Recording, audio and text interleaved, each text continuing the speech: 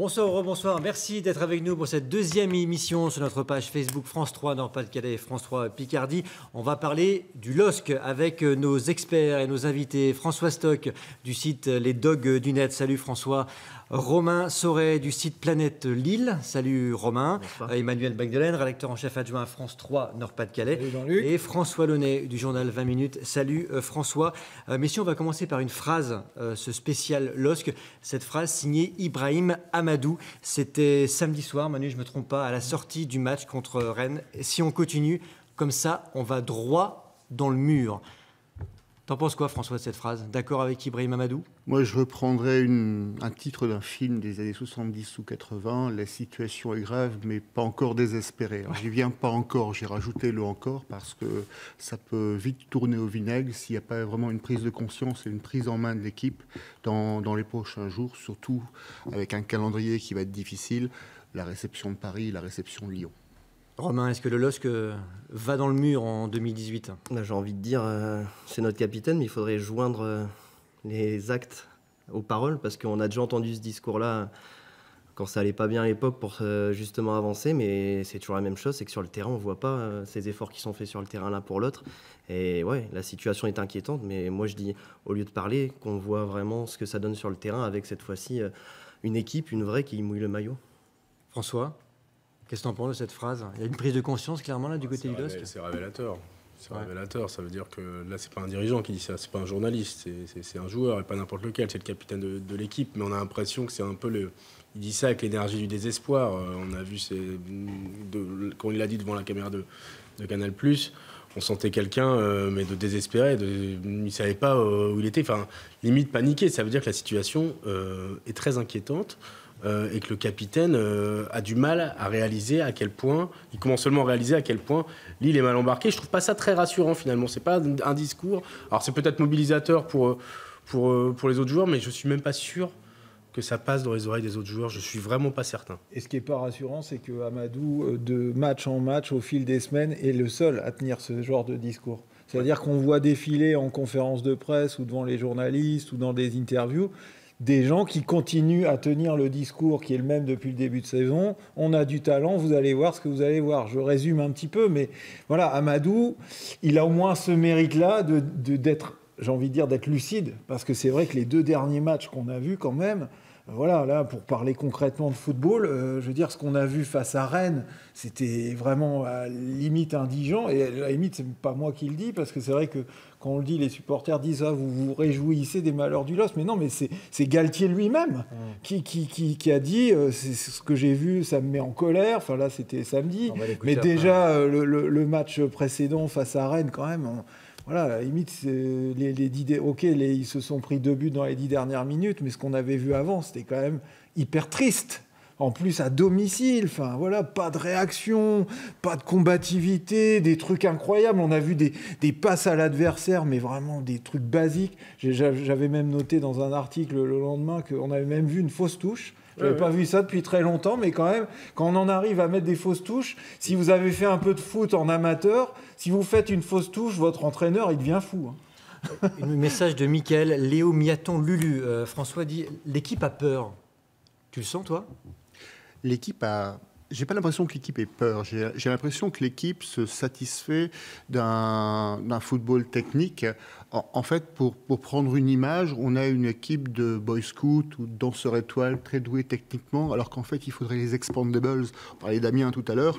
Il faut des guerriers sur le terrain. Et aujourd'hui, je ne sais pas si les joueurs sont capables de monter d'un camp physiquement pour rentrer dans l'adversaire. Alors, le seul point positif, c'est le discours de Christophe Galtier, qui visiblement a bien cerné le problème. On l'entendra peut-être tout à l'heure, mais il a parlé notamment de danseuses, il a parlé d'aller au combat, et je pense que c'est peut-être lui qui pourra donner cet excès de vigueur qui est nécessaire pour remporter les points qui seront nécessaires pour se maintenir en première division. Romain, Chris Ritzel dit, les joueurs jouent pas, ils n'en veulent pas.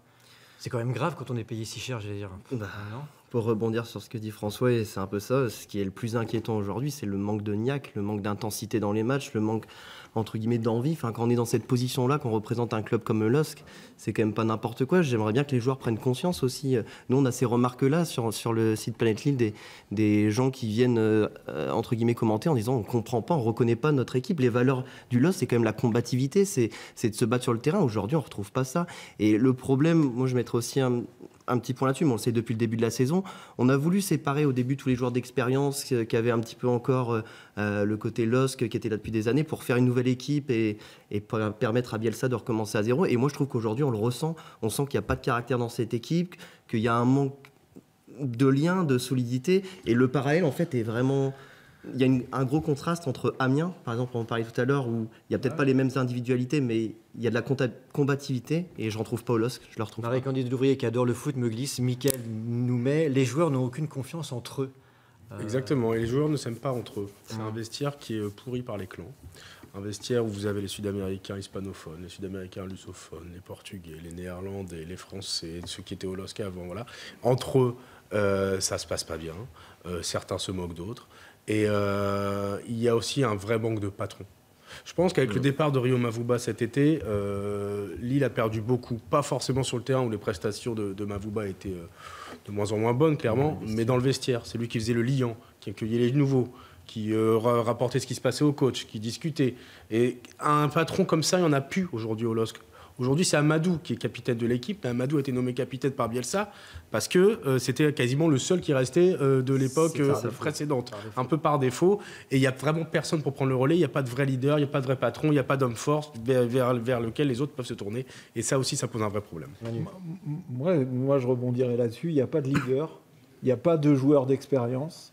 Il n'y a pas de profondeur de banc non plus, parce que pour pouvoir, Galtier, on va en parler sans doute, mais dit, tant pis, ceux qui ne jouent pas le jeu, ceux qui ne se battent pas, ceux dont le comportement ne me convient pas, je vais les sortir, mais je vais sortir pour mettre qui ? Il n'y a pas non plus cette possibilité, ça c'est un choix des dirigeants aussi, d'avoir un effectif plus resserré, voilà, un choix peut-être par défaut, mais le fait est que c'est comme ça.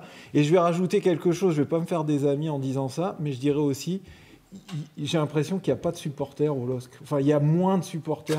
Non, mais attention, je m'explique. Non, mais je m'explique. Je trouve que les supporters, depuis le début de la saison, ils ont été vraiment très, très patients, trop patients pour moi, ont été très gentils, trop gentils pour moi, et donc c'est maintenant qu'il faut se réveiller parce que je pense que dans les équipes qui jouent le maintien, ça joue aussi. Il faut que...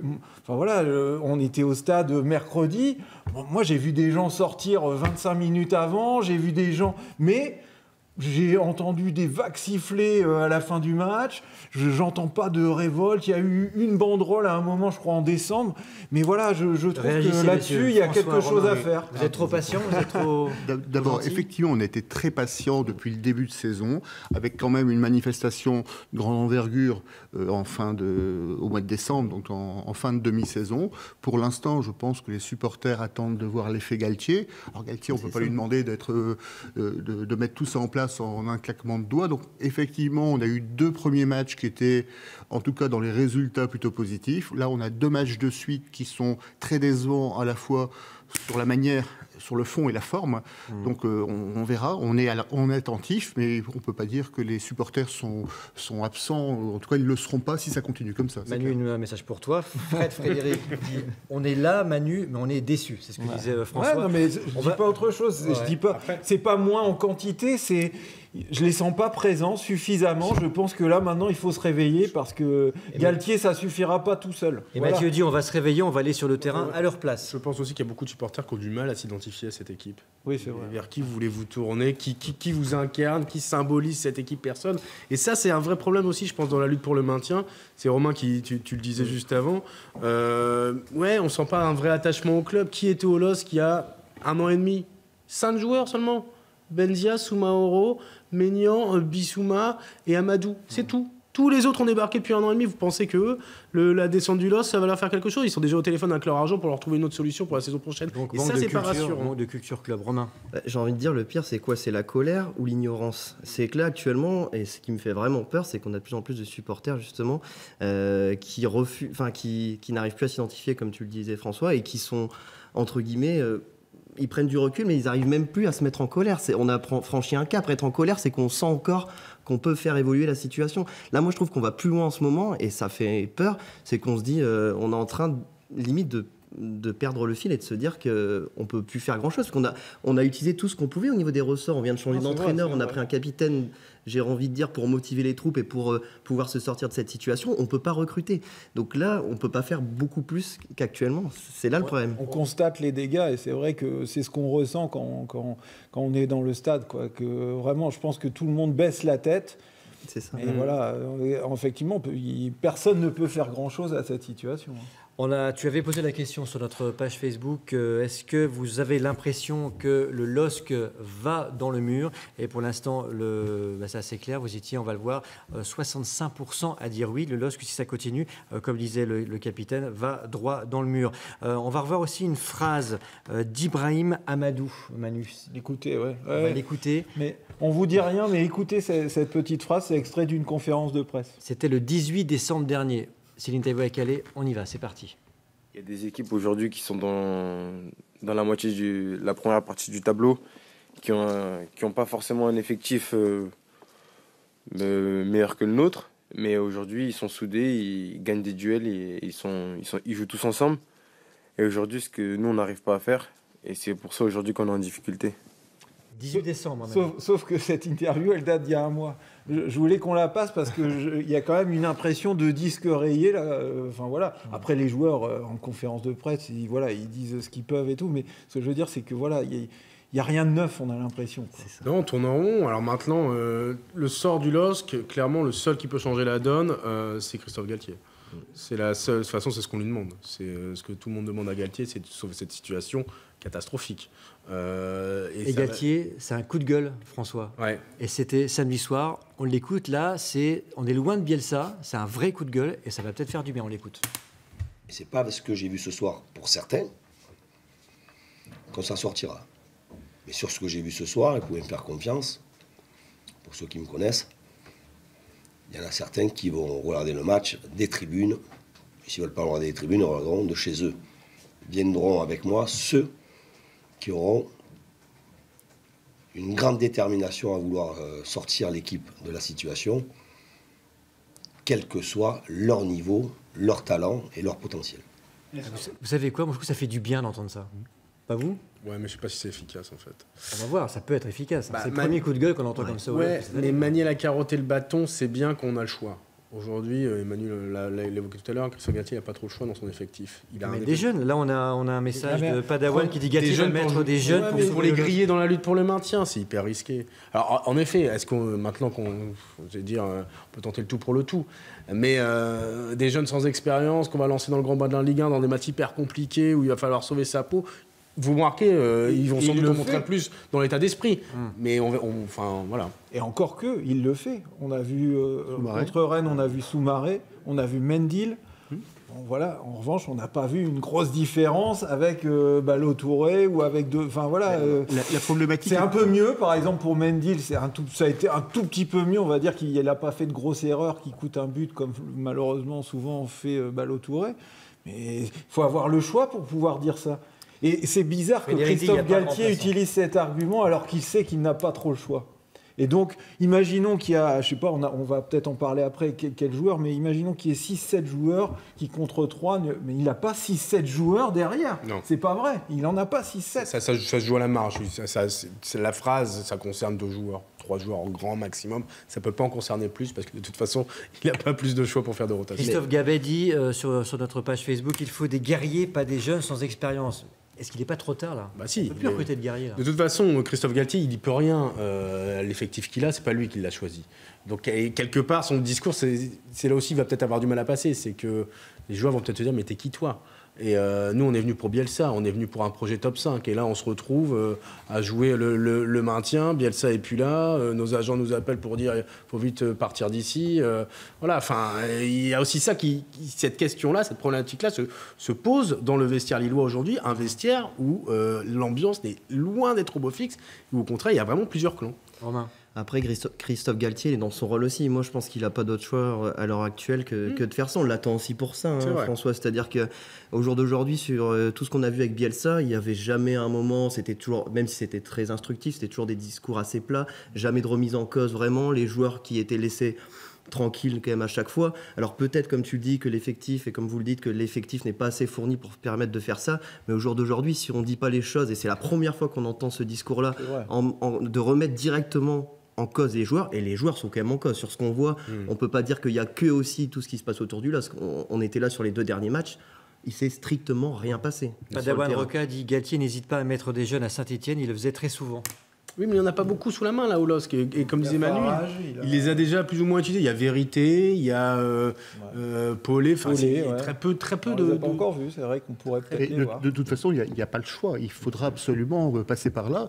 Et ce discours, même s'il peut s'avérer stérile, de toute façon, c'est le seul aujourd'hui qu'on peut mettre en place, à moins de se satisfaire finalement une lente descente aux enfers. Mais c'est un de ses derniers ressorts. Et il utilise déjà ce joker après 2 semaines au LOSC.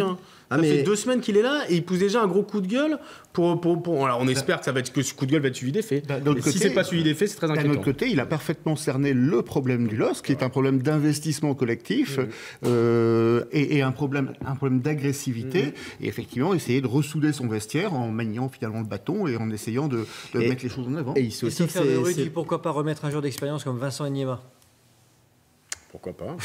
Mais en même temps, Mike Maignan n'est pas le plus mauvais joueur de l'effectif depuis le début de saison. Au contraire, c'est peut-être un des rares points forts. Le remettre dans l'effectif pour le relais peut-être dans le vestiaire. Après, sur le terrain, avec Maignan, même si sur le dernier match, ça n'a pas été terrible, ce qu'il a fait auparavant, je pense qu'il a une légitimité quand même. La seule chose qui peut arranger Christophe Galtier d'ici la fin du mercato, c'est le retour de prêt d'Eder, qui va lui donner peut-être une position...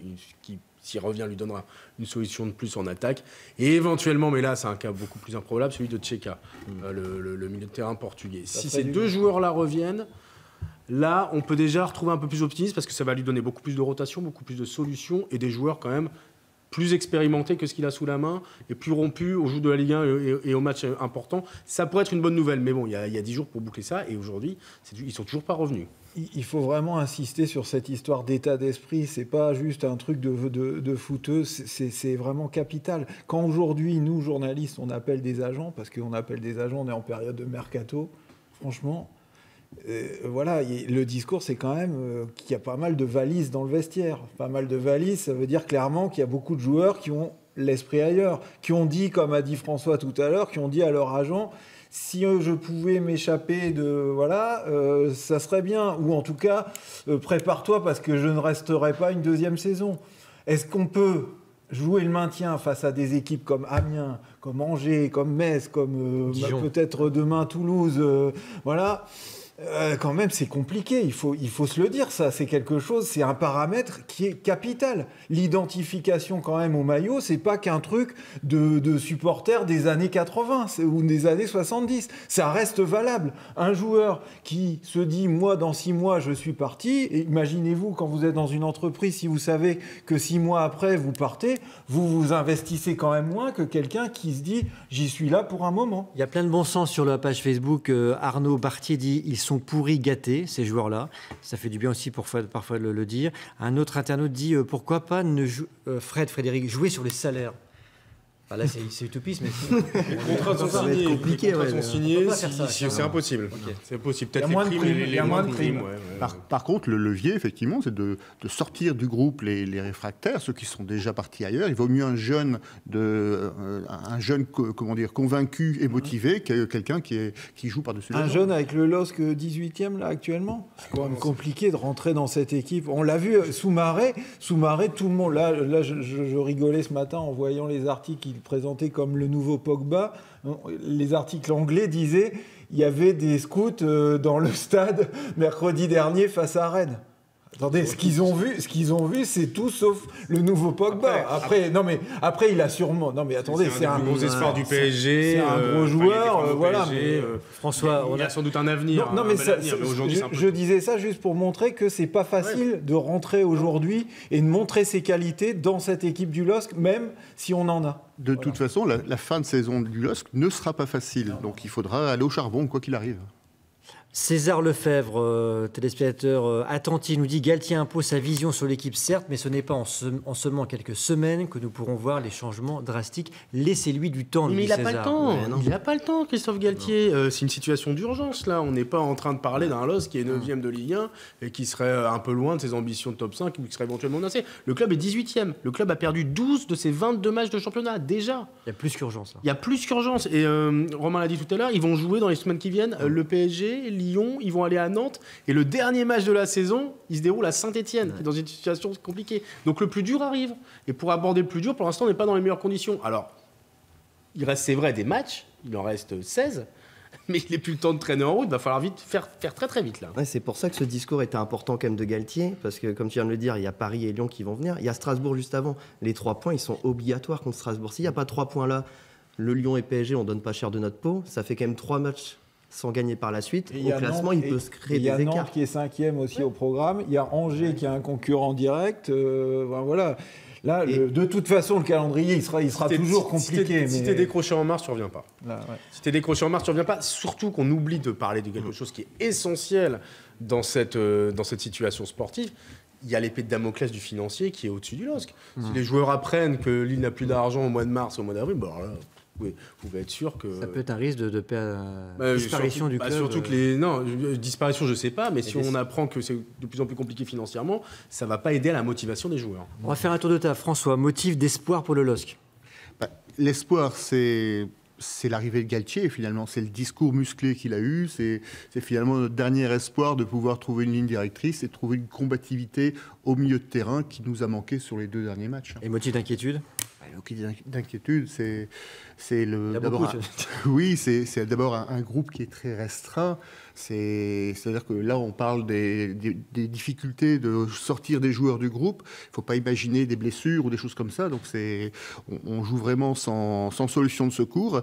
Et puis surtout, c'est aujourd'hui un groupe qui est très friable, qui n'est pas du tout combatif, qui se repose sur son talent, entre guillemets. Et une somme de talents individuels ne fait pas un talent collectif. Et c'est tout le problème du LOSC en ce moment. Romain, quel signe d'espoir, toi, tu vois quoi? Ça va être très original, mais la même chose. Avant tout, quand même, Galtier, parce que moi, je le vois comme un meneur d'hommes. Il a réussi à tirer de Saint-Etienne, alors qu'à l'époque, il a tiré vraiment le maximum du potentiel de son groupe. Donc j'attends qu'il fasse la même chose à Lille. Maintenant, il n'a pas beaucoup de temps pour pouvoir le faire. Il y a des talents aussi dans cette équipe, il ne faut quand même pas l'oublier. On a de la valeur marchande auprès des joueurs. Et j'espère qu'on arrivera, d'ici la fin de saison, à insuffler un souffle collectif, parce que ce n'est pas le cas aujourd'hui. François, Mathieu de Sainte-Maresville nous dit Galtier, c'est un gagnant, pas de doute avec lui. Toi, c'est un motif d'espoir, ça? Pour dire qu'ils vont s'en sortir? Oui, je pense que le plus gros motif d'espoir pour le LOSC, c'est la concurrence. Ils ne sont pas décrochés. Ils sont 18e avec 22 points. Ils n'ont pas 6 points de retard sur le 17e. Et voilà.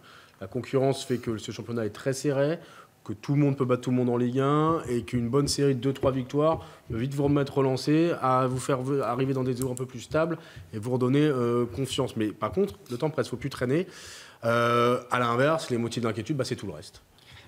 Manu, toi, ton motif d'inquiétude, est-ce que tu es d'accord avec Jérôme Humry qui dit est-ce que Lille est mentalement moins prête que des équipes comme Angers, Toulouse ou Amiens à jouer le maintien? Alors, ce que je vais dire, c'est un peu bizarre, mais moi, je pense que le LOSC ne pourra pas jouer sur le levier, justement, de la combativité, de l'amour du maillot et tout ça. Et donc, bizarrement, Galtier ne pourra pas, je pense, il n'atteindra pas ses joueurs sur ces arguments-là.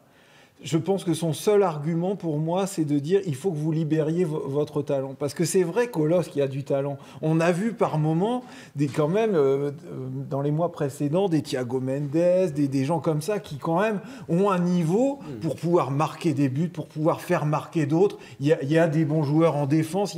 Voilà. Et je pense que c'est bizarre ce que je dis là, parce qu'on a parlé beaucoup d'état d'esprit, mais parce que je pense que de ce qu'on voit aujourd'hui, cet état d'esprit ne viendra pas. On ne va pas créer une équipe, un état d'esprit, des guerriers demain avec des joueurs qui ne sont pas venus pour ça et qui n'ont pas cette mentalité-là. C'est justement ce que dit Mickaël. Galtier peut faire un miracle, mais il faut que ce miracle soit partagé par les joueurs.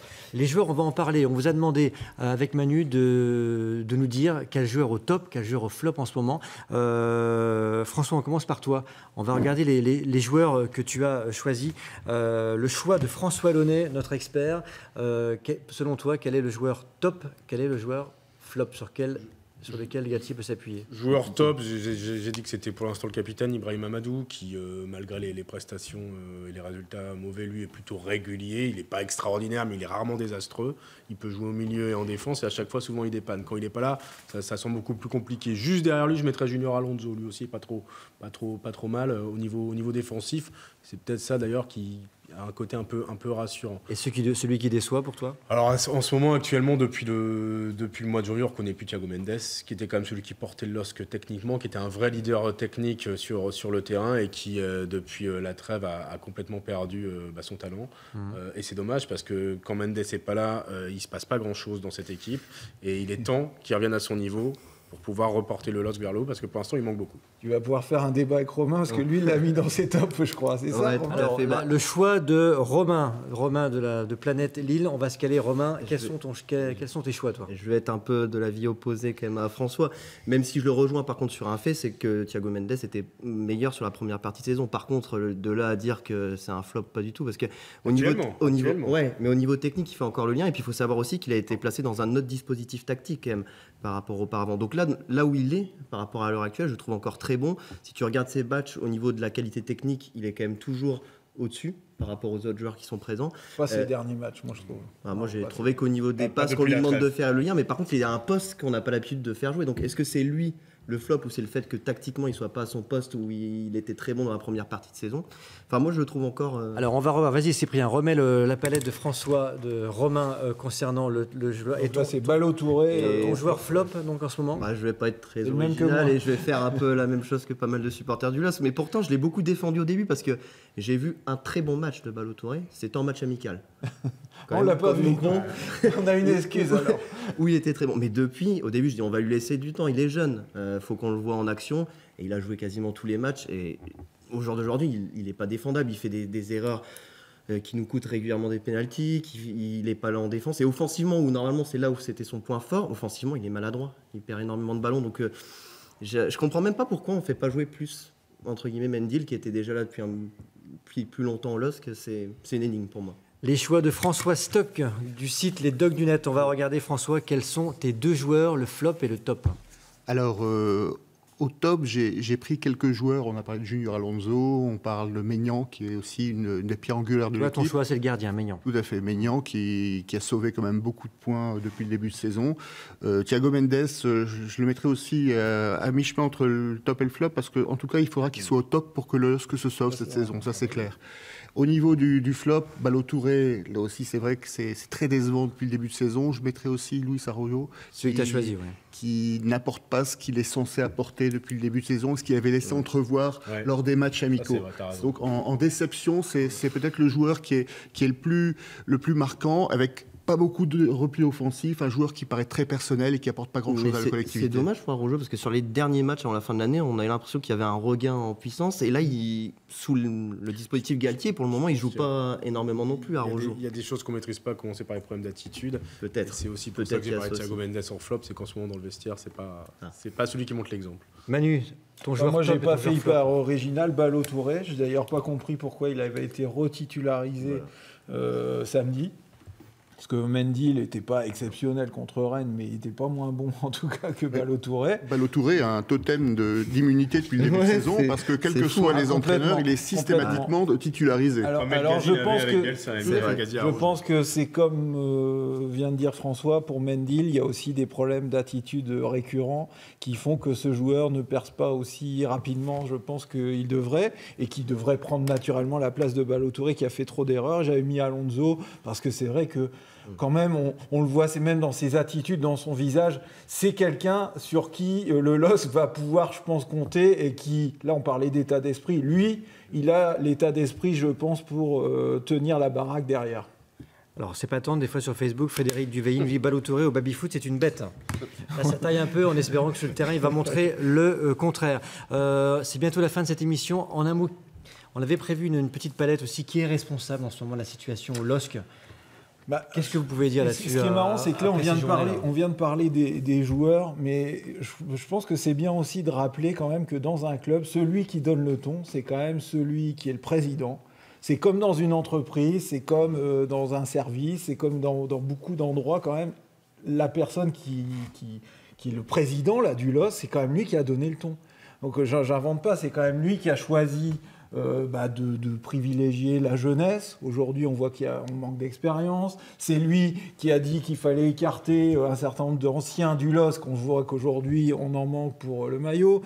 C'est lui qui a dit sans arrêt que l'équipe visait le top 5 et avait un talent incroyable, y compris quand le LOSC enchaînait les défaites, et qui donc donne à ses joueurs peut-être le droit d'avoir, on va dire, employer une expression de jeune, le boulard, comme certains supporters le ressentent. Donc il a donné le ton d'un certain nombre de choses qui sont aujourd'hui les défauts majeurs de ces joueurs. Et donc reprocher à ces joueurs d'avoir les défauts, que je ne vais pas dire que le président leur a inculqué, mais qui a ambiancé quelque part le LOSC qu'on voit sur le terrain, je pense qu'il faut remettre quand même l'église au centre du village. Le premier responsable, parce que c'est lui quand même qui est tout en haut, c'est le président. Ça ne veut pas dire que je dédouane tout le monde. Voilà. Bon, Galtier, je le mets à part, il vient d'arriver.